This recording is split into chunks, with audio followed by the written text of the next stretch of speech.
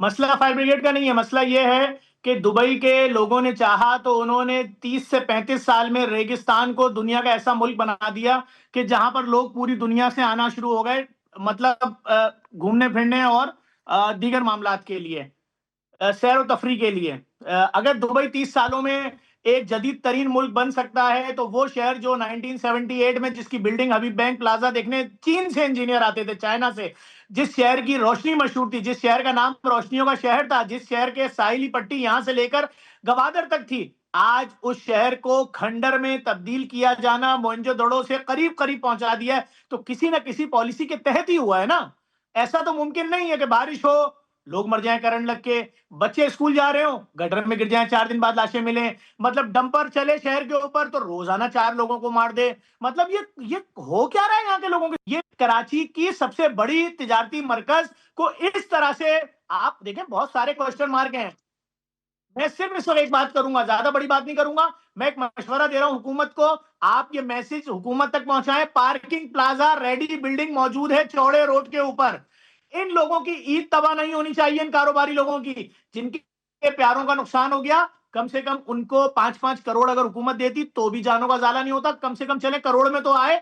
लेकिन ये वो बिजनेसमैन है जिनके टैक्स से पूरे पाकिस्तान का 68% रेवेन्यू जो कराची देता है, उसमें सबसे बड़ा किरदार इन आपने लोगों का बुनियादी है। बात जफर, क्योंकि फरहान साहब आए हुए हैं, मैंने कहा मैं अपने ये ख्याल हमेशा रखता हूं कि मेरा जो भी गेस्ट हो, हम आपसे ठीक है बात कर लेंगे। मैं फरहान साहब से एक रिक्वेस्ट करना चाहूंगा जी फरहान साहब, मेरा हेड ऑफिस है जेडीसी का फेडरल एरिया ब्लॉक 20 में।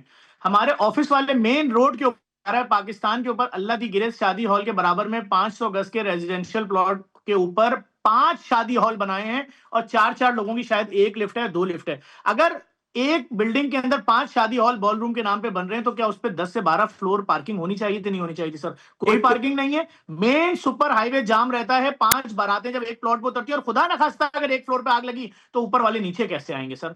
अच्छा, इसको भी छोड़ देते हैं। मैं फरहान साहब, इस पर्टिकुलर केस के बारे में क्या है, ये गुल प्लाजा के बारे में क्या अब तक मालूमात की हैं आपने?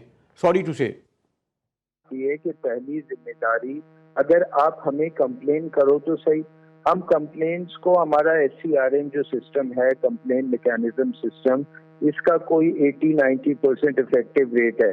आप कंप्लेन, अब ये कंप्लेन कर जो है Zafar Abbas on record screen पर लाइव ये कर रहे हैं कंप्लेन, तो ये कंप्लेन जी स्क्रीन पे आ रही है, हम बिल्कुल इनको नोट करके और इन पे एक्शन लेंगे इंशाल्लाह।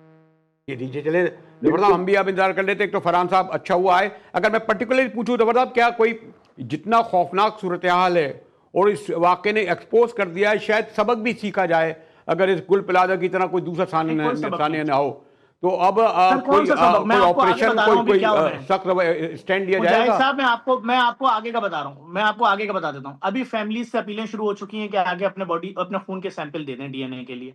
अब उसके बाद ये आज सुबह से आप सुन रहे हैं 6 महीने के बच्चे का हाथ मिला है, तो किसी का एक पाँव मिला है। अगर खुदा न खास्ता मेरी फैमिली का कोई बंदा अंदर जला होता, अब ये 74 या 174 फैमिलीज उस एक पाँव के लिए दिमाग में क्या लेके बैठी होंगी कि शायद हमारे प्यारे का पाँव है, शायद हमारे भाई का है। ओ भाई, मैं बार बार बोल रहा हूँ, रिक्वेस्ट कर रहा हूँ कि रेस्क्यू टीमें, ट्रेंड रेस्क्यू रजाकार जाएं, जो करीब में बॉडी पार्ट पड़े हो उनको एक को एक में रखें, ताकि कल को जब DNA हो तो ये मालूम हो कि जफर अब्बास की बॉडी है, ये ना हो कि जफर अब्बास के 4 पाँव और 4 हाथ